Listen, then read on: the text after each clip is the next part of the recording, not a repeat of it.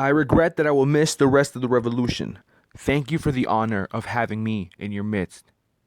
Will Van Spronsen knew he was going to die. He knew it. And this dude, Will Van Spronsen, Antifa man, went out there and he put his life on the line and he knew that he was going to die. His intentions was to go stop some buses, go stop the transportation, go stop the machine. And he died doing it. And so I read all about it.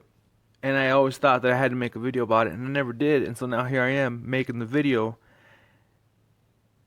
And a couple weeks ago, when I was thinking about this, I went to YouTube and I typed in the name. And I found this song that this person had written. This guy, I guess his name is David Rovax. Is that his name? Dave? Fuck, fine, no, I don't remember. But the dude made this song for Will Van Spronsen after he had died. And it's just kind of an ode, and it's a remembrance of how serious this is, and that when we equate it to Nazi Germany, it's not a joke. Like, this is very, very, this is life or death serious, you know? It always has been.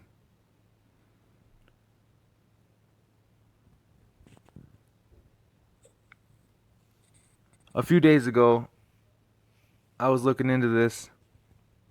I was thinking, all right, I'm going to make the video. Here we go. I'm going to talk about it.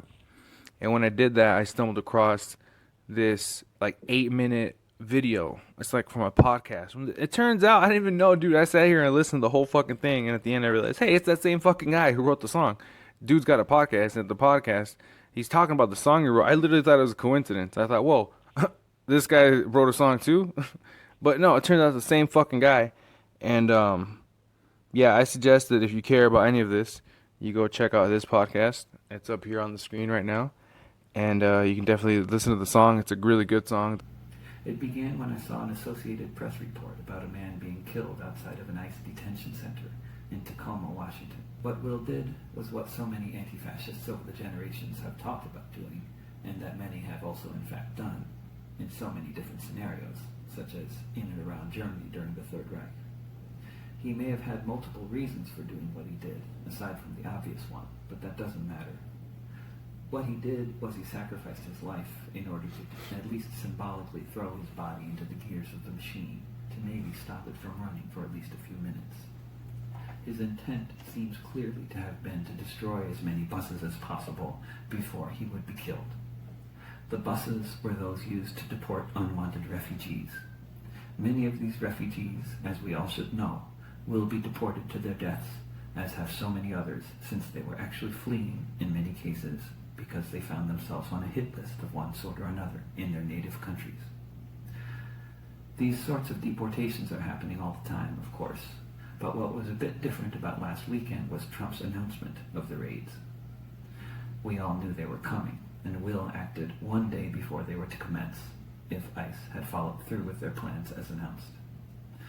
I am personally not about to go do something like what Will did last weekend, for a whole lot of different reasons.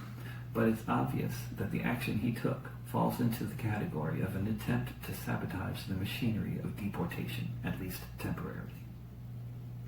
The consequences of this kind of sabotage are often death, such as when Dutch munitions workers left the gunpowder out of the bullets that were going to the front lines of the Nazi war effort in Russia. They were all deported to death camps once their righteous act of sabotage was discovered. I'm sure these Dutch workers were also called terrorists. It was a popular term back then, too, because the Western media had coined the phrase the Nazi terror at the time to describe the atmosphere of fear that Nazi rule had instilled in anyone who wasn't a rabid supporter of fascism. I think one of the most important things you could do after watching this video is you go read his last words. You go read the things that Will Van Spronsen wanted to be heard. This is why he died.